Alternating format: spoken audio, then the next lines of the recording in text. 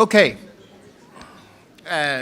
Just before we formally recommence, when in my introduction this morning I'm talking about our colleagues from WEPA who are here, I mentioned that a number of the countries were preparing constitutions.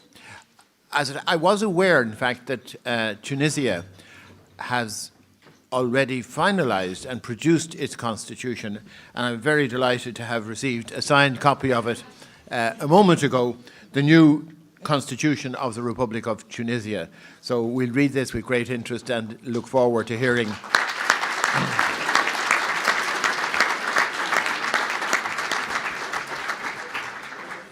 And now, having no doubt understood all the matters about how our Irish parliamentary system works after the first two presentations, we're now going to have an interesting session which is going to bring in a comparative perspective.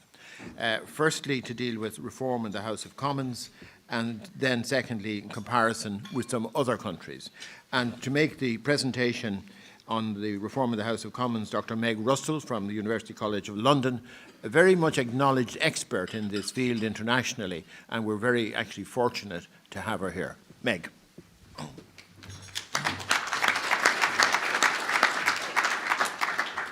Well, thank you very much for that introduction. Thank you for inviting me. As Tom has said, I'm an academic at University College London, and my main research interest is parliaments. Parliament in Britain and parliaments more broadly. I've also worked as an advisor in the British system for our leader of the House of Commons, and I've worked most recently as an advisor to a reform committee in the House of Commons, which made some important achievements. A lot of my research has actually looked overseas to see what we can learn from other countries for reforming the British system. So one thing to say is we in Britain certainly don't think our system is perfect by any means. But also, I've got a bit of a wider perspective beside just Britain. I know a bit about other countries as well. Coming in as an outsider, it's very difficult to advise. I certainly don't want to tell you what you should be doing with your system, which you know much more about than me. But I hope that I can give you some ideas from other places as to the way that things can work. And talk not just about British experience, but a bit more generally about the dynamics of parliaments and of how parliamentary reform works. You've had my paper. I don't want to talk through the paper, but I want to talk sort of round the paper and raise some of the same issues. One thing I would say, a final preliminary thing, is that although the British House of Commons is an obvious place to look because you see yourselves as a Westminster system, you've obviously inherited some of the same traditions, it is also a very, very different place to the Dáil, not least because it's got 650 members. And the dynamics in a big chamber like that are very different to the dynamics in a small parliament like yours. And I might say a bit more about that.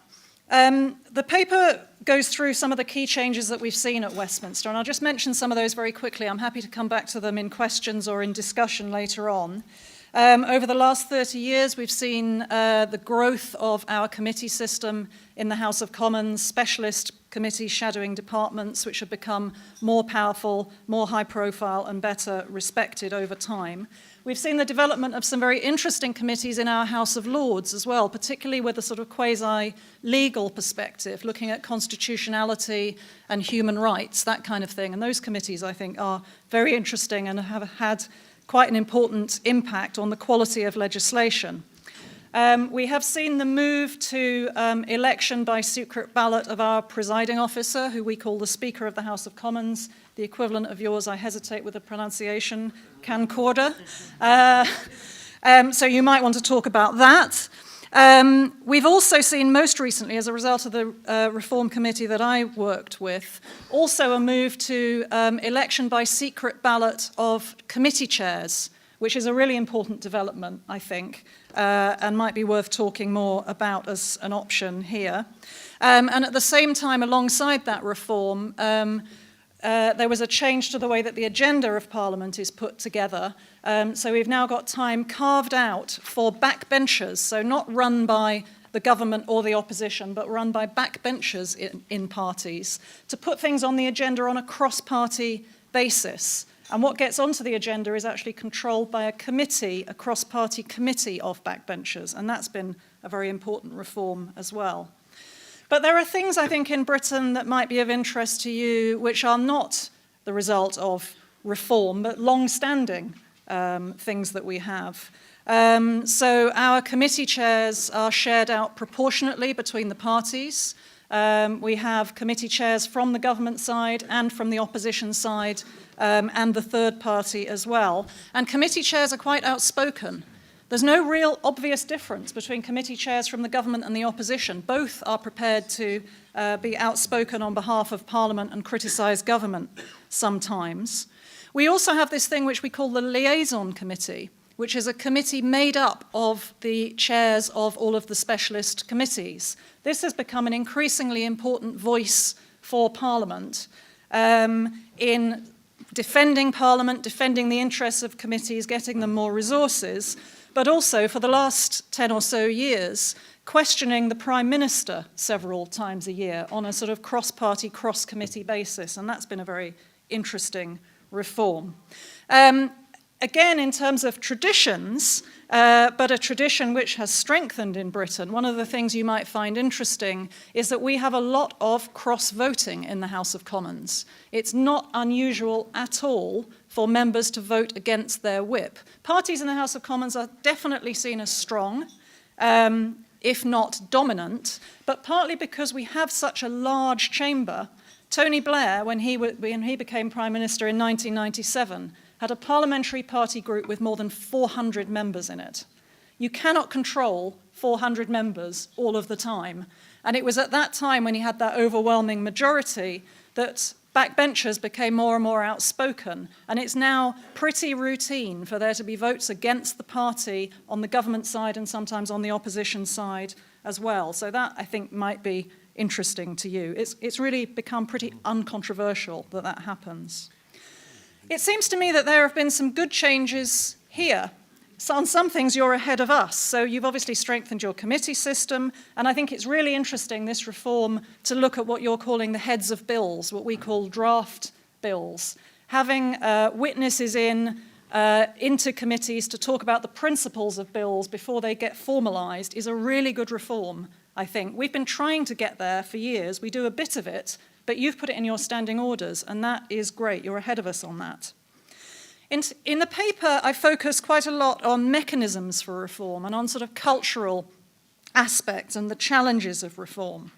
I think one thing you might want to think about is you've got such a short time here to consider all of this big complex area. Is there a mechanism that you would like to recommend to look at Doyle reform more closely over a longer period? You've clearly got this parliamentary subcommittee on Doyle reform. I don't know how effective it is, but one thing that you could do is give it some instructions or some suggestions, or even set up a new committee of the kind that we had in the House of Commons a few years ago, with a very clear kind of set of criteria on which you want it to report, on which you want it to bring forward detailed proposals, because detailed proposals take time to work up. One key thing that I say in the paper, and that I've learned from the UK and also looking at other places, is that it's really not sensible to even try to impose reform from outside. In the end, reform needs to come from inside Parliament itself. At the very least, a majority of parliamentarians have to be behind the reform. Otherwise, it just won't work. It will be ignored, it will be undermined. So parliamentarians need to have an enthusiasm for the changes. They need to have some ownership of the changes. And here I think it's worth reflecting on the complexity of parliaments, these interesting bodies that we have, and the complexity of the way that they influence the policy process. A lot of what goes on in parliaments is actually about relationships between people. A lot of the change that you want is probably cultural and behavioural rather than in terms of rules. Now, you can use rules to get people to change their behaviour, but you can't force them to change their behaviour if they don't want to. And a big part of that is about parties and people's loyalty to parties. I've seen in some of the other papers, and it's been mentioned this morning, about the extent to which government controls Parliament. But as I say at the end of my paper, it's very hard to say, actually, whether government controls Parliament or the other way around. In the Constitution, Parliament controls government. People tend to say in popular parlance that it's the other way around, but you can't really separate the two. Murish's presentation emphasized that the Doyle both creates the government and scrutinizes the government. So certainly by creating the government, it is controlling the government. The fact that the government has to have a majority in the Doyle means that the Doyle is, in a sense, in charge. And if members of the parties which are in government don't complain about what the government is doing, it might be because the government is doing what they want, rather than because they don't have the nerve to speak out against the government. You have to always bear that in mind. The way that parliaments exercise power can be very subtle. So our select committees in the House of Commons, which are seen as powerful, actually have relatively little formal power to force policy, virtually no formal power to force policy change. They don't look at legislation. They can't make government do anything, but they are seen as very powerful.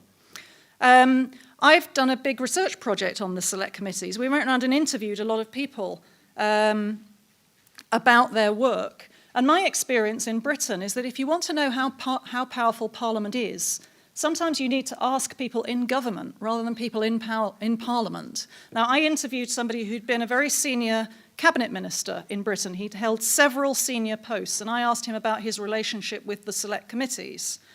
And he said, in my ministry, we were constantly having discussions about how would this policy look if there was an inquiry into it by a committee. Could we defend this if it came out publicly? So the way that the committees are working is through getting ministers to think in advance about what they're doing, to make sure that it is defensible, to make sure that they could legitimately account for what they've been doing. You don't see that kind of influence. It's the power of anticipated reactions, what we call generating fear. Thinking about what Parliament would say if we did something is Parliament's biggest power, arguably. We also talked in that report about the power of exposure.